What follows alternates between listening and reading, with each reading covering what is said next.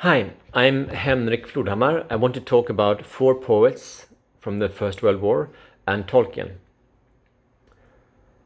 A very famous poem by Brooks is called The Soldier. It was written early in the First World War in 1915, and it's glowing with patriotism and beautiful things and sunlight and the English air. Ends like this: and laughter learnt of friends and gentleness in hearts at peace under an English heaven. Rupert Brooke died on the 23rd of April in 1915, so just at the start of the war.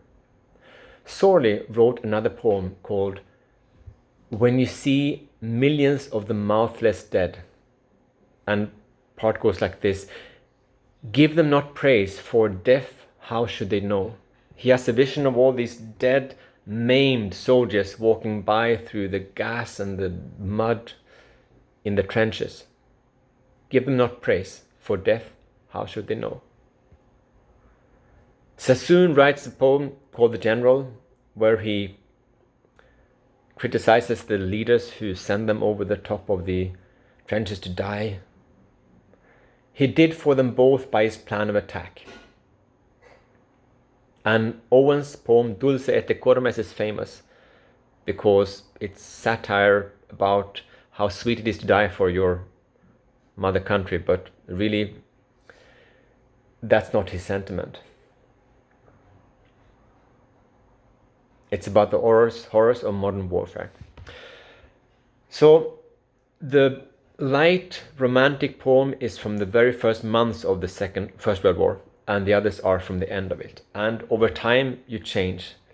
These poets died, but Tolkien lived.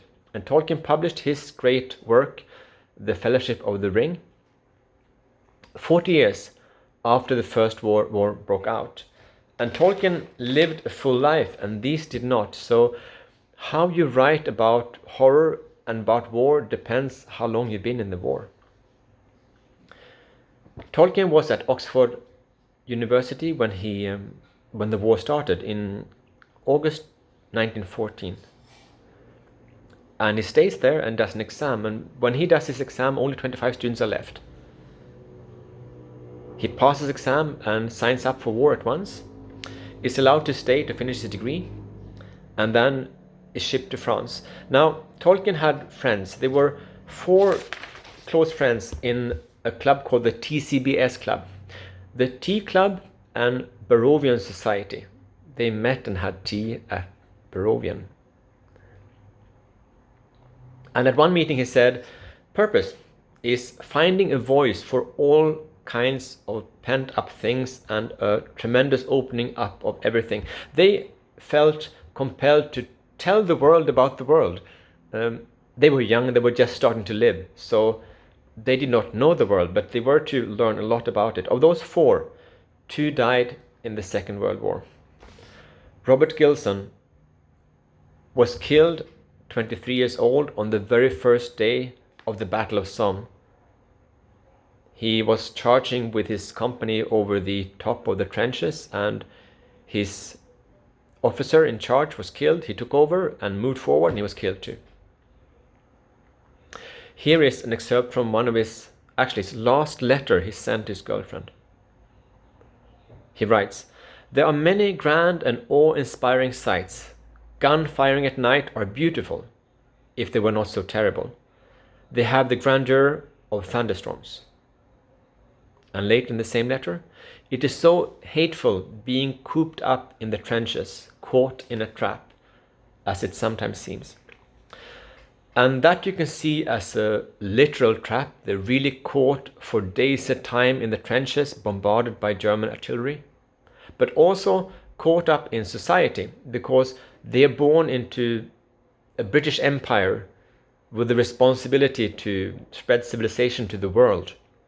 And as young men tend to do when there's war, they get fired up to be heroes, to fight brotherhood and romanticism, like the poem The Soldier. And reality is different. So we, or the young men, are caught in that story in that narrative, in that myth, that you will sign up and you'll make great friends and brothers in arms and all that.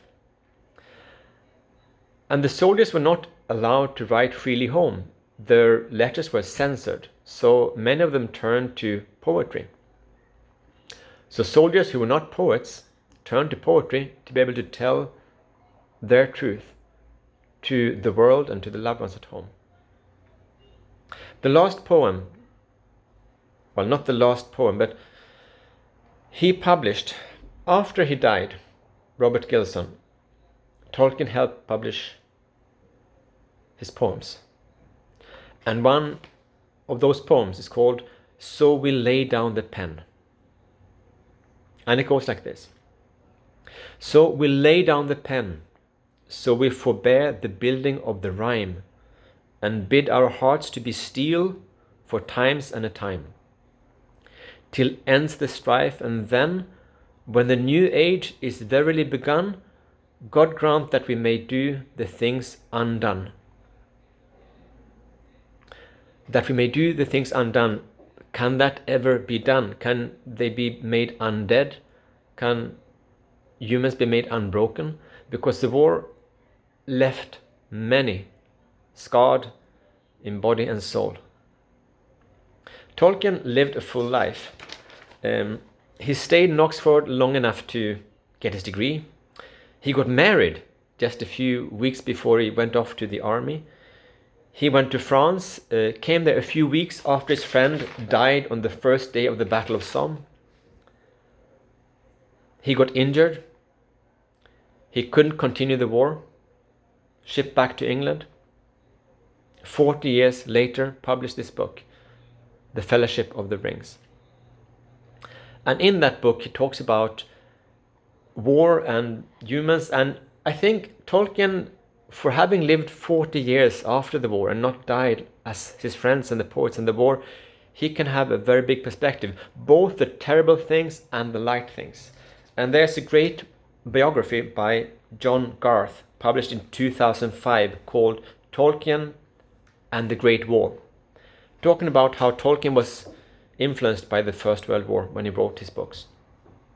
And there's one phrase he writes which is poetic.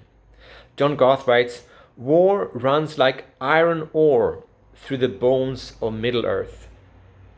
Middle-earth is the place where the Tolkien universe is located, and where the Fellowship of the Rings find this evil ring that they need to destroy so that evil can be destroyed or controlled.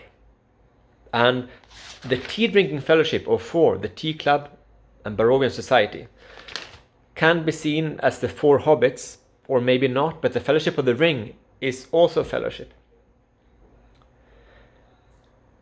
So, literature makes us live on even though we die.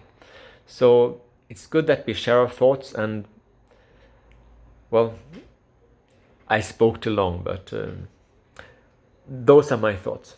Thank you for listening.